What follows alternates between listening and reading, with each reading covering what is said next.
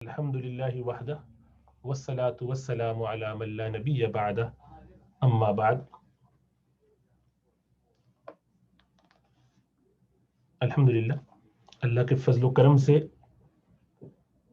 شمائل ترمذی کی عبارتیں پڑھ کے ہم کوشش کر رہے ہیں کہ اس سے کچھ بنیادی معنی کو سمجھ لیں اور رسول اللہ صلی اللہ علیہ وسلم کی ذات بابرکت سے کچھ تعارف حاصل کریں، اس طور پر کہ ہمیں آپ کے اخلاق و اطوار، آپ کی وضاقتہ، آپ کی عادات مبارکہ سے کچھ مناسبت ہو اور ان کو ہم اپنی زندگی میں لے کر آئیں. جس سے محبت ہوتی ہے اس کی ایک ایک ادا پر جان نثار کرنے کا دل چاہتا ہے. اس عنوان سے رسول اللہ صلی اللہ علیہ وسلم کے احوال کو جاننے کی کوشش کیجیے کہ ہم ان کو اپنی زندگیوں میں لے کر آئیں. محبوب کی ہر چیز سے محبت ہوتی ہے اور ہونی چاہیے، اور رسول اللہ صلی اللہ علیہ وسلم تو ہمارے لیے ہمارے والدین، اساتذہ، بہن بھائی، یہاں تک کہ اپنی جانوں سے بھی زیادہ بڑھ کر ہیں، کیونکہ اللہ تک پہنچنے کا ذریعہ وہی بنے. انہوں نے ہمیں اللہ سبحانہ و تعالیٰ کا تعارف کرایا. تو اپنے رب سے محبت ہے جنہوں نے ہمیں پیدا کیا، انہی کا یہ انعام ہے، تو ان تک پہنچانے کا جو ذریعہ وہ بھی ہمارے لیے بہت محبوب ہے. تو آج ہمارا جو سبق ہے یہ چوتھا باب ہے، نہیں بلکہ پانچواں باب ہے. چوتھا باب الحمدللہ ہو گیا تھا ترجل والا، اور یہ ہے شیب رسول اللہ صلی اللہ علیہ وسلم کے بارے میں. وہ بھی سند متصل منا الى امام ترمذی رحمہ اللہ تعالی. قال باب ما جاء فی شیب رسول اللہ صلی اللہ علیہ وسلم، کہ رسول اللہ صلی اللہ علیہ وسلم کے سفید بالوں کے حوالے سے تذکرہ، اس کا ذکر. اس میں 8 حدیثیں لائے ہیں رسول اللہ صلی اللہ علیہ وسلم کی بالوں میں اور داڑھی مبارک میں بہت تھوڑے بال تھے جو سفید ہوئے.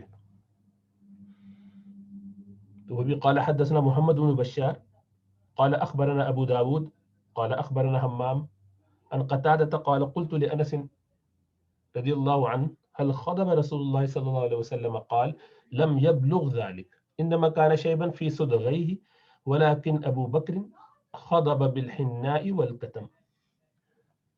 کہ حضرت انس رضی اللہ تعالیٰ عنہ جو رسول اللہ صلی اللہ علیہ وسلم کے خادم خاص ہیں اور آپ کے ساتھ 10 سال گزارے اس طور پر کہ آپ کی خدمت کرتے تھے.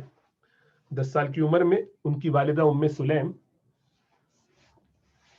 انہیں رسول اللہ صلی اللہ علیہ وسلم کی خدمت میں لے کر آئی اور فرمایا کہ یہ میرا بیٹا آپ کی خدمت کرے گا. آپ صلی اللہ علیہ وسلم نے ان کو قبول فرمایا اور وہ آپ کے خادم خاص بنے. تو اب اللہ کے رسول صلی اللہ علیہ وسلم کو بہت قریب سے دیکھا، 10 سال آپ کی خدمت میں رہے. تو ان سے پوچھا گیا کہ قتادہ ان سے کہتے ہیں کہ اللہ کے رسول صلی اللہ علیہ وسلم نے خضاب لگایا بالوں میں؟ تو حضرت انس فرماتے ہیں رضی اللہ تعالیٰ عنہ کہ آپ کے بال اس حد تک پہنچے نہیں تھے. مطلب یہ کہ آپ کے بالوں میں ابھی اتنی سفیدی آئی نہیں تھی کہ خضاب کی ضرورت پڑے. پھر آپ نے اس کی تھوڑی وضاحت کی کہ کچھ آپ کی کن پٹی پر تھے، کچھ بال سفید.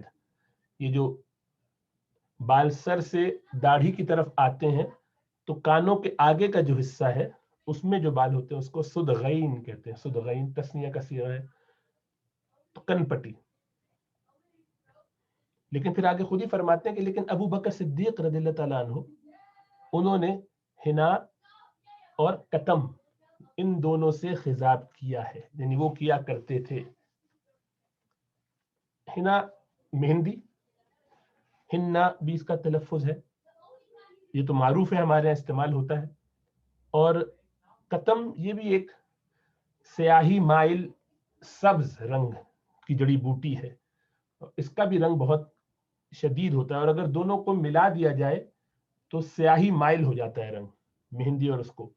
تو دونوں کو اگر مہندی اور کتم کو الگ الگ استعمال کرنے میں تو کوئی مذائقہ نہیں ہے. بعض نے ساتھ ملا کے استعمال کرنے کو ناپسند کیا ہے، اس لیے کہ اس میں شدت زیادہ ہو جائے تو سیاہی مائل ہو جانے کی وجہ سے، اور رسول اللہ صلی اللہ علیہ وسلم نے سیاہ خضاب سے منع فرمایا.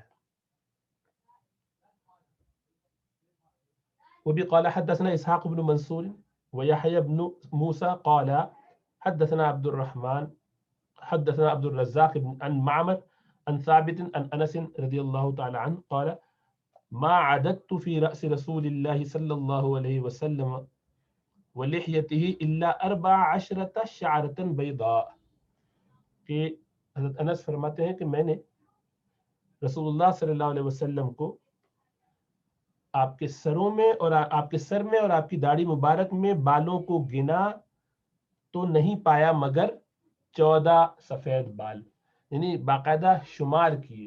اتنی محبت ہوگی، کتنا قرب ہوگا. بیٹھے ہوں گے اللہ کے رسول صلی اللہ علیہ وسلم کے ساتھ ادب سے، اور باقاعدہ ہو سکتا ہے کہ دور سے جو نظر آ رہے ہوں ان کو گن لیا، اور بہت ممکن ہے کہ اتنی چھوٹی عمر میں ایسی بے تکلفی کی سعادت بھی ہو کہ اللہ کے رسول صلی اللہ علیہ وسلم کے داڑھی مبارک میں ان بالوں کو باقاعدہ چن کے گنا، یعنی دیکھ دیکھ کے گنتی کی کہ ساتھ میں کتنے نظر آ رہے ہیں، سر سہلاتے ہوئے، سر دباتے ہوئے، تیل لگاتے ہوئے. واللہ عالم، یہ تفصیل تو انہوں نے نہیں بیان کی، نہ کسی روایت میں آتی ہے، لیکن ایسا دل میں خیال آتا ہے کہ ایسا قرب ہوگا، ایسا تعلق ہوگا کہ اپنی اولاد کی طرح ان کو پالا، 10 سال خدمت انہوں نے کی، خوب ان کو دعائیں دیں، تو غایت درجے کا تعلق. اس میں انہوں نے گویا رسول اللہ صلی اللہ علیہ وسلم کے باروں کو گنا. تو صحابہ کرام کی یہ کمال درجے کی محبت کا اظہار اس سے ہوتا ہے. اللہ کے رسول صلی اللہ علیہ وسلم کے تمام اعضاء، تمام چیزیں جو آپ سے متعلق ہیں وہ بہت بابرکت ہیں. آپ کے بالوں کا اس میں خصوصی معاملہ ہے. آپ کے بال مبارک بہت زیادہ خاص ہیں، اور کل بال جو آپ کے سفید ہوئے ہیں ان میں جو مختلف روایات آتی ہیں، بعض میں 20 بالوں تک کا تذکرہ ہے، وہ آگے آئے گی روایت. اور 3 مقامات پر آپ کے بالوں میں سفیدی اتری، چاندی اتری جسے ہم کہتے ہیں. سر کے بال جہاں مانگ نکالی جاتی ہے، بیچ میں جب مانگ نکالتے تو مانگ جس جگہ سے نکلتی ہے اس جگہ کچھ بال نظر آتے ہیں، گنتی کے چند. یہ سارے ملا کے 20 سے زیادہ نہیں تھے. اسی طرح کنپٹی پر صدغین اور ریش بچہ جسے کہتے ہیں، یعنی نیچے والے ہونٹوں کے نیچے اور داڑھی سے اوپر کا جو حصہ ہے اس پر جو چھوٹی سی ایک داڑھی بن جاتی ہے اس کو ریش بچہ کہتے ہیں عام فہم انداز میں. اور اس پر بھی سفیدی کچھ نظر آئی. اللہ کے رسول صلی اللہ علیہ وسلم کے ازواج مطہرات میں سے ایک ام سلمہ ہے رضی اللہ تعالیٰ عنہ. یہ بھی بہت بعد میں آپ کی بعد حیات رہی، یعنی رسول اللہ صلی اللہ علیہ وسلم کے دنیا سے تشریف لے جانے کے بعد ام سلمہ رضی اللہ تعالیٰ عنہ اور حضرت عائشہ صدیقہ رضی اللہ تعالیٰ عنہ یہ کافی عرصے بعد تک رہیں. تو لوگ ان کے پاس آتے تھے اور سیکھتے تھے. تو اللہ کے رسول صلی اللہ علیہ وسلم کے چند بال مبارک، اسے منہ مبارک کہتے ہیں، منہ میم اور واو کے ساتھ اور آگے حمزہ لگا دیتے ہیں تو منہ مبارک بڑی اے کے ساتھ. تو یہ فارسی میں بالوں کے لیے استعمال ہوتا ہے. تو آپ کے منہ مبارک یعنی آپ کے بال مبارک. تو وہ باقاعدہ ان کے پاس ایک شیشے کی نلی، چھوٹی سی شیشی کی ایک ٹیوب سی تھی، ایک کہہ لیجئے کہ جیسے ہمارے یہاں معمولی سی پتلی سی ایک ٹیوب ہوتی ہے شیشے کی بنی ہوئی، ہسپتالوں میں تو بہت استعمال ہوتا ہے، بیوریٹس کے اندر یا پپٹ وغیرہ کے اندر، یا وہ ٹیوب ہوتا ہے جس میں بلڈ لیتے ہیں. تو اس طرح کا شیشے کی بھی آتی چھوٹی سی، اس کو نلی کہہ لیجئے یا ایک نلکی کہہ لیجئے یا شیشی کہہ لیجئے چھوٹی سی. تو اس میں وہ رکھتی تھی باقاعدہ. اور یہ بخاری کی حدیث ہے کہ حضرت عثمان بن عبداللہ فرماتے ہیں کہ میری بیوی نے مجھ کو پانی کا پیالہ دے کر ام المومنین حضرت ام سلمہ کے پاس بھیجا، اور اس کا یہ معمول تھا کہ جب بھی کسی کو نظر لگ جاتی یا کوئی مریض ہوتا تو میری اہلیہ برتن میں پانی لے کر حضرت ام سلمہ کے پاس بھیج دیا کرتی تھی. تو پیالے میں وہ اپنے ساتھ پانی لے کر آتے، اور آپ ام سلمہ رضی اللہ تعالیٰ عنہ رسول اللہ صلی اللہ علیہ وسلم کے ان بالوں مبارک میں سے بالوں کو نکالتی اس پیالی میں سے، شیشی میں سے، اور ان کو رسول اللہ صلی اللہ علیہ وسلم کے بالوں کو اس پانی میں گھول دیتی، تھوڑی دیر کے لیے اس میں ڈال کے ہلا لیتی. اور پھر فرماتی کہ یہ پانی اس کو پلا دو تو اس سے مریضوں کو شفا ہو جاتی. تو یہ رسول اللہ صلی اللہ علیہ وسلم کے بالوں کی تاثیر ہے. صحابہ کرام کی محبت بھی اللہ کے رسول صلی اللہ علیہ وسلم کے بالوں کے حوالے سے ایسی تھی جیسا کہ حضرت انس ہی کی روایت ہے اور یہ مسلم شریف کی روایت ہے. یہ خاص تعلق تھا حضرت انس کا اور ان کے گھرانے کا. ان کی والدہ ام سلیم اور ان کے سوتیلے والد یہ بہت زیادہ تعلق میں تھے رسول اللہ صلی اللہ علیہ وسلم سے. ابو طلحہ الانصاری تو ان کو باقاعدہ جو ہے حج کے موقع پر بھی بالوں کو کاٹ کے آپ صلی اللہ علیہ وسلم نے عطا فرمایا. ایک سائڈ کے بالوں کو آپ نے صحابہ کرام میں بقیہ تقسیم فرمایا اور ایک سائڈ کے بال سارے ان کے گھرانے کو دے دیے. اور صحابہ کرام اللہ کے رسول صلی اللہ علیہ وسلم جب حجام کے پاس تشریف لے جاتے تو وہاں گھیرا ڈال کے حلقہ بنا کے کھڑے ہو جاتے بادب اور انتظار فرماتے کہ کوئی بال اگر گرے تو ہم اٹھا لیں, کوئی بال اللہ کے رسول صلی اللہ علیہ وسلم خود ہدیے میں ہمیں دے دیں. تو آپ صلی اللہ علیہ وسلم کی ہر چیز, ہر جو ادا ہے وہ امت کے لیے خزانہ ہے, بڑی برکت کی چیز ہے. چنانچہ آپ صلی اللہ علیہ وسلم نے جب وہ تقسیم فرمایا تو حضرت انس اور ان کے گھر والوں کے پاس موجود تھے یہ بال وغیرہ, اور یہ ان کو استعمال فرماتے تھے حسب ضرورت. اور اسی طرح عبیدہ جو ان کے شاگرد ہیں وہ فرماتے ہیں کہ میرے پاس ان بالوں میں سے اگر ایک بال ہو تو وہ میرے لیے دنیا و ما فیہا سے زیادہ محبوب ہے. حضرت خالد بن ولید ان میں سے چند بالوں کو اپنے امامے میں رکھتے تھے. کسی غزوے میں جاتے تو وہ امامہ پہن کے جاتے جس میں اللہ کے رسول صلی اللہ علیہ وسلم کے بال مبارک میں سے چند ہوتے. اور یہ غزوے میں تو وہ آپ کا امامہ گر گیا دشمن سے لڑنے میں, تو آپ بے محابہ واپس بھاگے اور لوگوں کے نرغے میں ہوتے ہوئے بھی آپ نے اس وقت ڈرنے اور اس کی فکر نہیں کی, اپنا وہ امامہ اٹھایا اور واپس لے کر آئے. لوگوں نے کہا آپ نے تو اپنے آپ کو بڑی ایک مشکل میں ڈال دیا تھا, دشمن حملہ کر دیتا بغیر نہتے ہو کر چلے گئے اس طرح. فرمایا کہ وہ تو میرے لیے بہت ہی زیادہ قیمتی ایک بابرکت چیز تھی, اللہ کے رسول صلی اللہ علیہ وسلم سے تعلق اور محبت. تو صحابہ کرام کا اللہ کے رسول صلی اللہ علیہ وسلم کے ساتھ ایسا قیمتی تعلق تھا. ہمارے یہاں ایک خشک ذہنی پائی جاتی ہے. بعض لوگ ایسی چیزوں میں اتنا غلو کرتے ہیں کہ اب ساری توجہ, سارا فوکس اسی پر ہو کے رہ جاتا ہے کہ آپ کے بالوں کا تذکرہ ہو, آپ کی اداؤں کا تذکرہ ہو اور آپ کی سنتوں کو چھوڑ دو. آپ کے فرائض جو آپ نے بتائے کام کرنے کو کہا ہے وہ نہ کرو. یہ بھی اعتدال کی بات نہیں ہے. اور دوسری طرف ایسا بھی خشک نہ ہو کہ آدمی سنتوں پر عمل کرتا رہے, عمل بھی ساری باتوں پہ کرے, بات سنے مانے بھی, لیکن آپ کی اداؤں سے, آپ کی عادتوں سے, آپ کے وضع قطع سے آپ سے ذاتی محبت نہ کرے, آپ کے طریقوں سے محبت کرے اور آپ کی ذات سے محبت نہ کرے. یہ بھی اعتدال سے ہٹی ہوئی بات ہے. اس لیے دونوں کے درمیان ہمارا رویہ اور تعلق ہونا چاہیے کہ نہ رسول اللہ صلی اللہ علیہ وسلم کو ہم ایسا سمجھیں کہ انہوں نے ہم کو ایک قانون دیا اور اس قانون کو لو, قانون پہ عمل کرو, لا پر جو ہستی ہے اس سے کوئی واقفیت, تعلق, محبت, قلبی تعلق نہ ہو کہ جس سے دل میں غم, رونا, یاد آنا, ایسا کوئی تذکرہ ہو. نہ ایسی حماقت ہو کہ دوسری طرف کہ بس صرف آپ کی شان, آپ کی جالیوں کا تذکرہ, آپ کی زلفوں کا تذکرہ, آپ کی اداؤں پر جان نچھاور کرنے کا دعویٰ, لیکن عمل کچھ بھی نہیں. داڑھی تک رکھنا گوارا نہیں, فرض نماز مسجد میں ادا کرنا بوجھ, لوگوں کے ساتھ معاملات میں حرام حلال خرید و فروخت میں سنتوں کو تار تار کیا جائے, نبی اکرم صلی اللہ علیہ وسلم کے طریقوں کو چھوڑ دیا جائے. یہ دونوں انتہائیں ہیں. اعتدال یہ ہے کہ عقیدت بھی ہو اور اتباع بھی ہو, محبت بھی ہو, عظمت بھی ہو, دونوں چیزیں ساتھ ساتھ چلیں.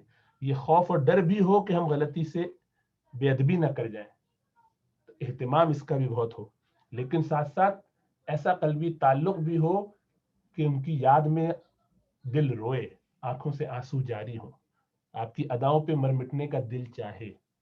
تو یہ دونوں چیزیں ہی جب ساتھ مل جاتی ہیں تب سچی محبت رسول اللہ صلی اللہ علیہ وسلم کی ہوتی ہے. اور پھر اللہ کا وہ فضل ہوتا ہے کہ قل ان کنتم تحبون اللہ فاتبعونی یحببکم اللہ ویغفر لکم ذنوبکم. بعض لوگوں کو ایسی باتیں سن کے شمائل کی حیرت ہوتی ہے کہ اچھا یہ کیا, ان چیزوں سے کیا فرق پڑتا ہے؟ اصل تو بھائی اصل دونوں ہے، یہ بھی ہے اور یہ بھی ہے، اسی لیے اس میں اعتدال رکھنا بہت ضروری ہے۔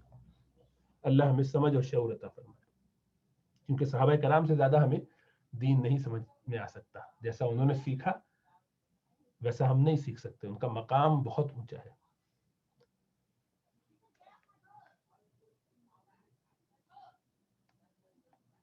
وبي قال حدثنا محمد بن المثنى قال أخبرنا أبو داود قال أنبأنا شعبة عن سماك بن حرب قال سمعت جابر بن سمرة رضي الله عنه يسأل عن شيب رسول الله صلى الله عليه وسلم فقال كان إذا دهن رأسه لم ير منه شيب فإذا لم يدهن رؤي منه۔ یہ جابر بن سمرہ رضی اللہ تعالیٰ عنہ کی روایت ہے، کہتے ہیں ان سے پوچھا گیا رسول اللہ صلی اللہ علیہ وسلم کے بالوں میں سفیدی یا سفید بالوں کے بارے میں، تو فرمایا کہ جب آپ صلی اللہ علیہ وسلم اپنے سر مبارک میں تیل لگا لیا کرتے تھے تو اس میں کوئی سفیدی نظر نہیں آتی تھی، مطلب وہ جو سفید بال بھی ہوتے تھے وہ تیل لگانے کی وجہ سے، چمک کی وجہ سے چھپ جایا کرتے تھے، سیاہ بال زیادہ تھے، گنتی کے چند سفید بال جو تھے وہ چھپ جاتے تھے۔ یہ تجربہ ہے کہ اگر بال زیادہ سر میں سفید ہونے لگیں اور آپ ابھی خضاب وغیرہ نہیں لگاتے ہیں تو اس پہ آپ ذرا تیل لگائیے تو آپ کو خود ہی محسوس ہوگا کہ وہ جو سفید بال ہیں وہ کم نظر آنے لگتے ہیں، سیاہ ذرا زیادہ چمک جاتے ہیں اور یہ ذرا دب جاتے ہیں۔ تو یہی فرماتے ہیں کہ اس سے آپ کی سفیدی بالوں کی نظر کم آتی اور نہیں نظر آتی، بلکہ جب تیل نہیں لگایا ہوتا تو وہ صاف نظر آتے، پھر وہ سفیدی اپنے طور پر چمکتی ہوئی نظر آتی۔ اور اصل میں یہی مراد ہے، جو روایات میں آپ کو تطبیق نظر آئے گی وہ یہی کہ جنہوں نے اس حال میں دیکھا کہ ہم نے کوئی سفید بال نہیں دیکھا یا گنتی کا ایک آدھ بال دیکھا، وہ اس لیے کہ ان کو تیل کی حالت میں دیکھا تو چھپا ہوا پایا، اور کبھی وہ نظر بھی آئے تو گنتی کے یہ چند بال تھے۔ وبی قال حدثنا محمد بن عمر ابن الولید الکندی الکوفی قال اخبرنا يحيى بن آدم عن شريك عن عبيد الله ابن عمر رضي الله عنه النافع عن ابن عمر رضي الله تعالى عنهما قال إنما كان شيب رسول الله صلى الله عليه وسلم نحو من 20 شعرة بيضاء۔ یہ عبداللہ ابن عمر رضی اللہ تعالیٰ عنہما کی روایت ہے کہ رسول اللہ صلی اللہ علیہ وسلم کے سفید بال بس 20 کے قریب تھے، اس سے زیادہ نہیں، تقریباً 20۔ تو وہی جس کو جتنا نظر آیا، وقت کیا تھا، انہوں نے شورا چند مہینے پہلے، سال بھر پہلے دیکھا تو اندازہ لگایا کہ 14 تھے، انہوں نے 1.5 سال بعد دیکھا یا 6 مہینے بعد دیکھا تو ان کو لگا کہ کچھ بال اور زیادہ ہیں، تو ان کی گنتی میں 20 کے قریب 18-19 بنے، بعض نے 17 روایت کیا، تو یہ کوئی ایسی بڑے فرق کی بات نہیں۔ وہ قال حدثنا ابو قریب محمد بن العلاء قال اخبرنا معاویہ بن ہشام عن شیبان عن ابی اسحاق عن اکرمۃ عن ابن عباس رضی اللہ تعالی عنہما قال ابو بکر یا رسول اللہ قال قد شبت قال شیبتنی ہود والواقعۃ والمرسلات وعما يتساءلون واذا الشمس كورت۔ کہ ابو بکر صدیق رضی اللہ تعالیٰ عنہ ارشاد فرمانے لگے، جیسا کہ عبداللہ بن عباس روایت فرما رہے ہیں اس حدیث کو، کہ اے اللہ کے رسول صلی اللہ علیہ وسلم آپ پر تو بڑھاپے کے اثرات آنے لگے، یعنی آپ بوڑھے ہو گئے، تو آپ نے فرمایا کہ مجھے بوڑھا کر دیا ہود نے، واقعہ نے، مرسلات نے، عما یتساءلون نے، اور اذا الشمس کورت نے۔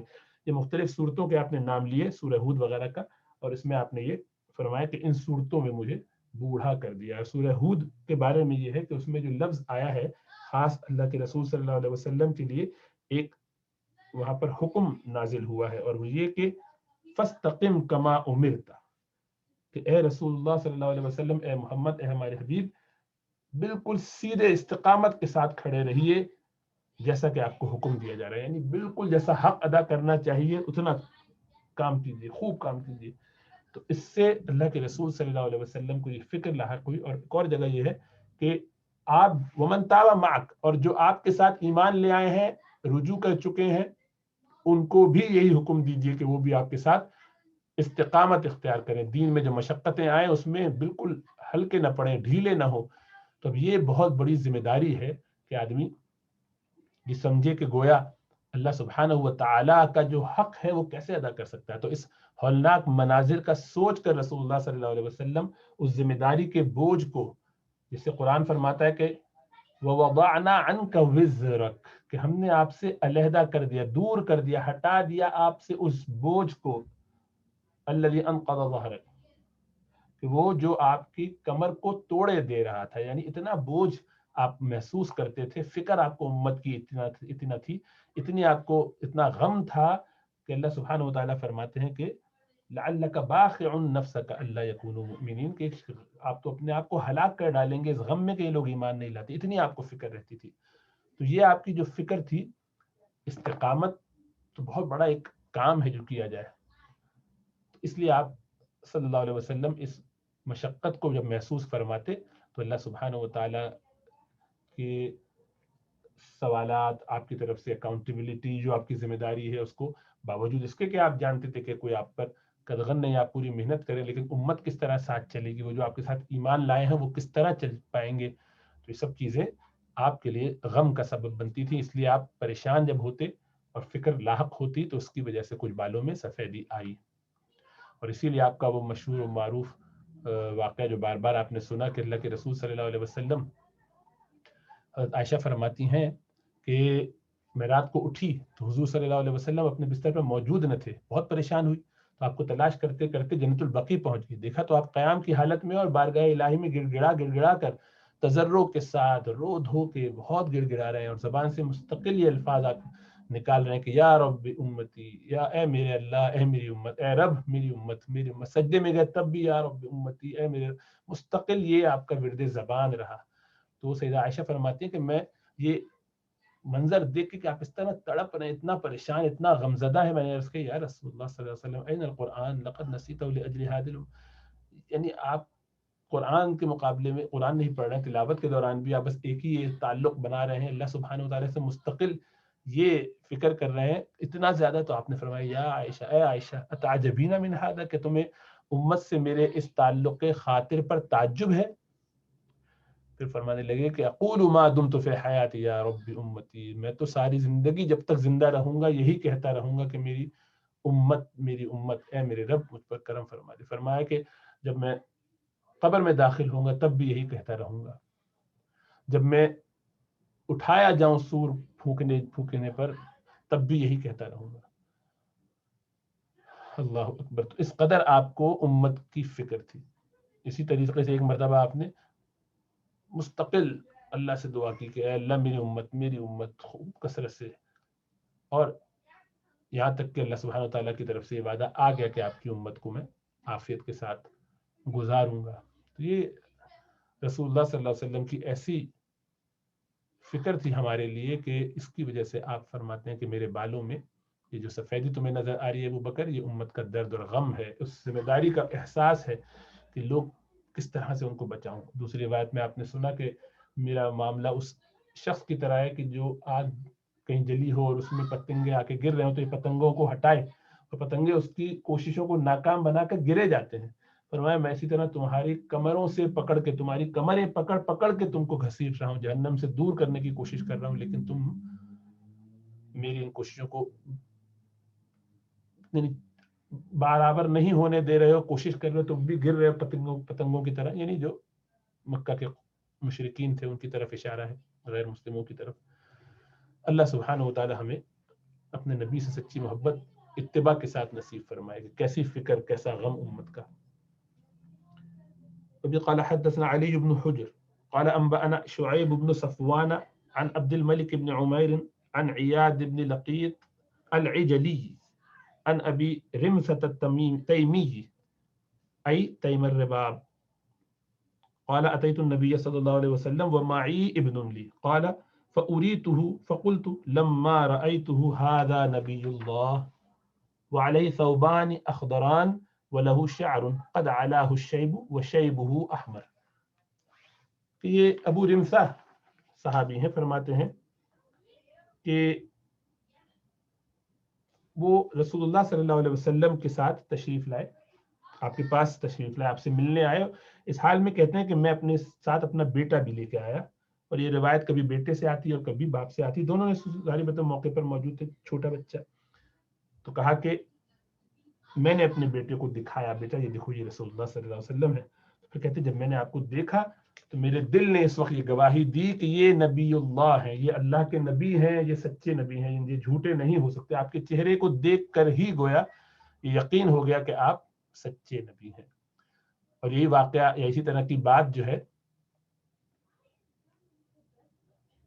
عبداللہ بن سلام رضی اللہ تعالیٰ عنہ، یہ تابعی ہیں، یہودیوں کے بڑے عالم ہیں، تابعی صحابی ہیں بلکہ. انہوں نے بھی جب رسول اللہ صلی اللہ علیہ وسلم کو دیکھا تو فوراً ہی کہتے ہیں عرفت، میں پہچان گیا، ان وجہہ لیس بوجہ وجہ کذاب، کہ میں نے پہچان لیا کہ ان کا چہرہ دیکھ کر کہ یہ کسی جھوٹے کا چہرہ نہیں ہو سکتا. تو اللہ کے رسول صلی اللہ علیہ وسلم کو دیکھ کے ہی آدمی واقعی قسم کھا بیٹھتا تھا کہ آپ سچے ہیں. بہرحال آپ پر یہ 2 سبز چادریں وہ کہتے ہیں کہ آپ پر تھیں، اور کہتے ہیں کہ آپ کے بالوں میں کچھ سفیدی اتر آئی تھی اور آپ کی سفیدی سرخ تھی. تو اس سے کیا مراد ہے؟ مراد یہ ہے کہ جب آدمی کے بال جو سیاہ ہوں، جو لوگ اب بوڑھے ہو رہے ہیں، 40 سے اوپر ہو گئے ہیں، ان کو اپنے بالوں میں جب سفیدی نظر آئے گی تو ان کو لگے گا کہ اچانک سے کوئی ایک آدھ بال ذرا سنہرا ہو رہا ہے. پہلے سیاہ ہو جاتا ہے، سرخ ہو جاتا ہے، شدید ڈارک ریڈ، پھر کچھ عرصے کے بعد اورنج سا یعنی زرد جیسا ہو جاتا ہے، اور پھر اس کے بعد سفید ہوتا ہے. تو آدمی توجہ چونکہ کرتا نہیں ہے تو اس کو پتہ نہیں چلتا. یہ سیاہی سے رنگ اترتا ہے نیچے کی طرف. اسی لیے جب انہوں نے کہا کہ آپ کے بالوں میں سفیدی اتر آئی تھی یا ظاہر ہونے لگی تھی بالوں میں، تو وہ ایسی تھی کہ آپ کی سفیدی گویا سرخ نظر آتی تھی. تو اس کے 2 معنی، ایک تو یہ کہ بعض سفید بال نظر آ رہے ہیں اور ساتھ ساتھ بعض کچھ لال بال بھی نظر آتے. ایک دوسرا یہ کہ آپ نے اس میں مہندی لگائی ہوتی تو جس کی وجہ سے وہ سرخ نظر لگتے، ذرا ڈارک مہندی ہو ہننا وغیرہ تو اس سے ذرا سرخی مائل ہو جاتے ہیں. تو یہ مراد ہے. اگر خود ہوئے تو ظاہر بات ہے اس کے بعد سفید ہوں گے ترتیب، اور بعض میں یہ کہ مہندی کی وجہ سے رنگ بدل گئے. وبی قال حدثنا احمد بن منیع قال اخبرنا سریج بن النعمان قال حدثنا حماد بن سلمة عن سماك بن حرب قال قيل لجابر بن سمرة رضي الله عنه أكان في رأس رسول الله صلى الله عليه وسلم شيب؟ قال لم يكن في رأس رسول الله صلى الله عليه وسلم شيب إلا شعرات في مفرق رأسه إذا ادهن واراهن الدهن.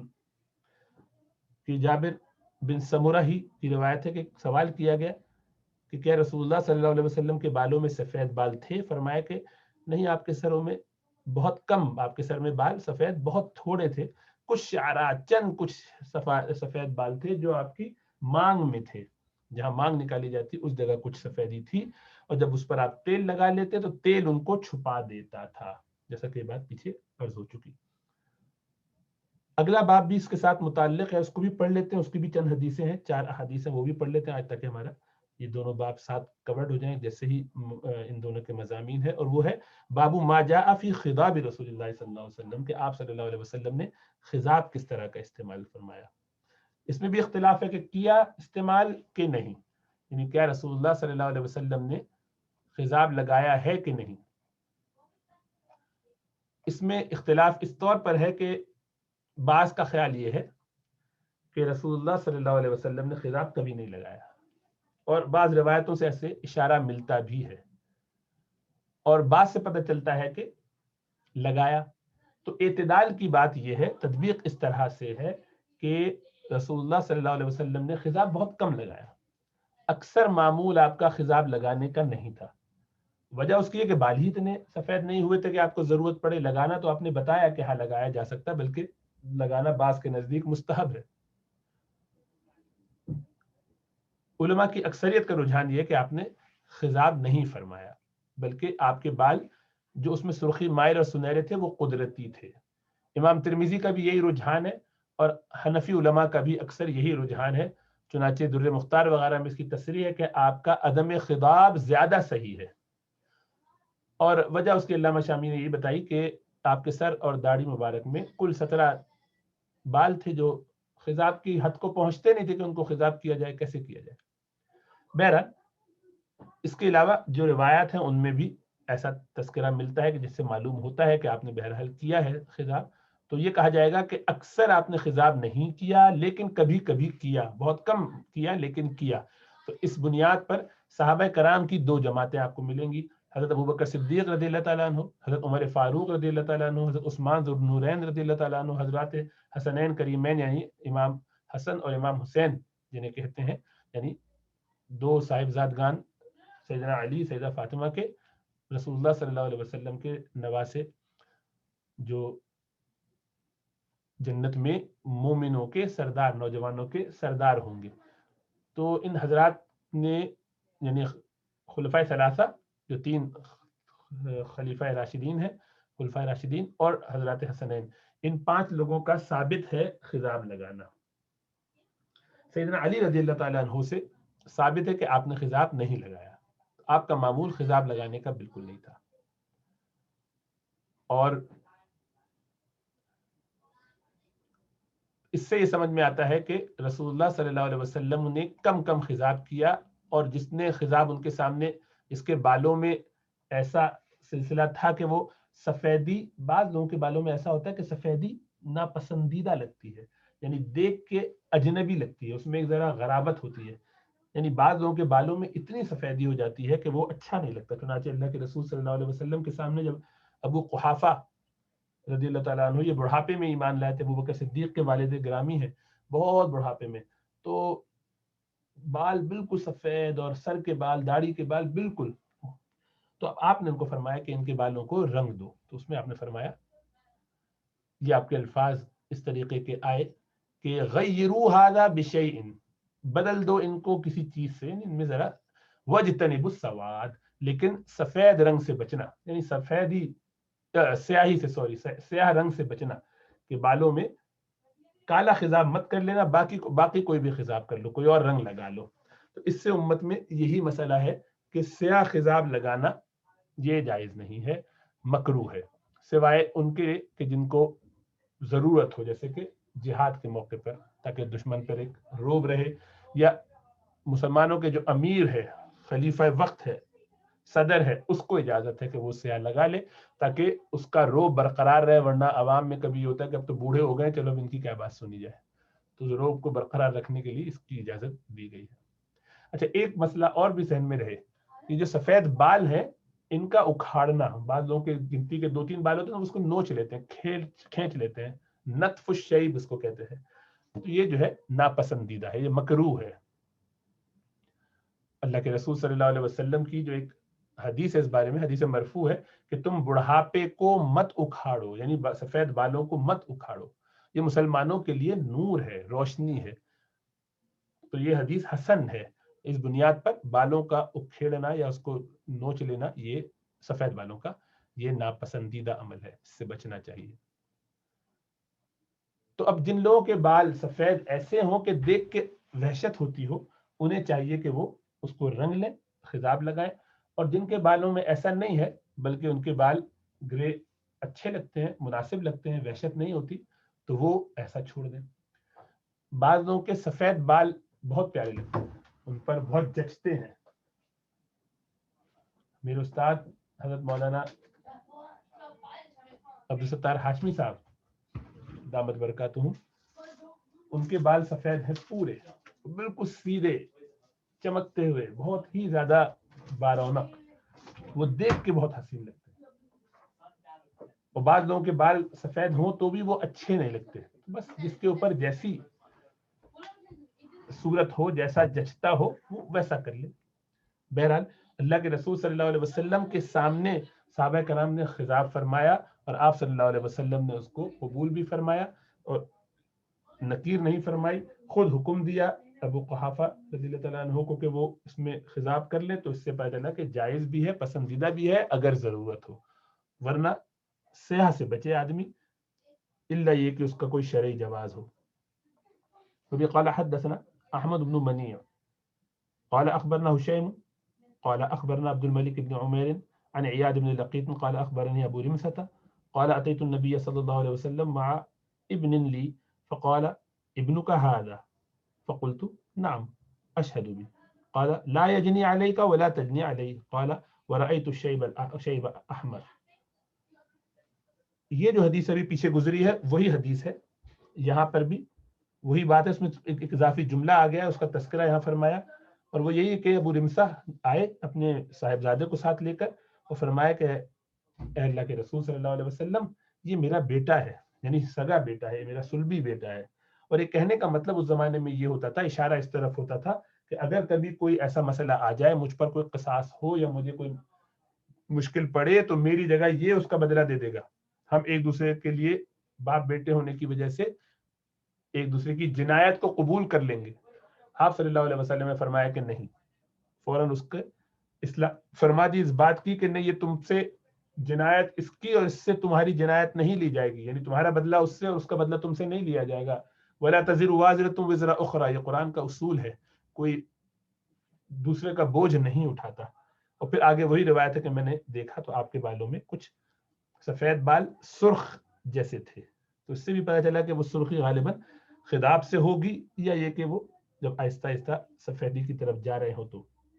وبه قال حدثنا سفيان بن وكيع قال اخبرنا ابي عن شريك عن عثمان بن موهب قال سئل ابو هريره هل خطب رسول الله صلى الله عليه وسلم قال نعم. قال ابو عيسى وروى ابو عوانة هذا الحديث عن عثمان بن عبد الله بن موهب فقال ام سلمة. اس میں بھی یہی ہے کہ حضرت ابو ہریرہ رضی اللہ تعالیٰ عنہ سے سوال کیا گیا کہ کیا رسول اللہ صلی اللہ علیہ وسلم نے خضاب لگایا، تو انہوں نے فرمایا جی ہاں لگایا.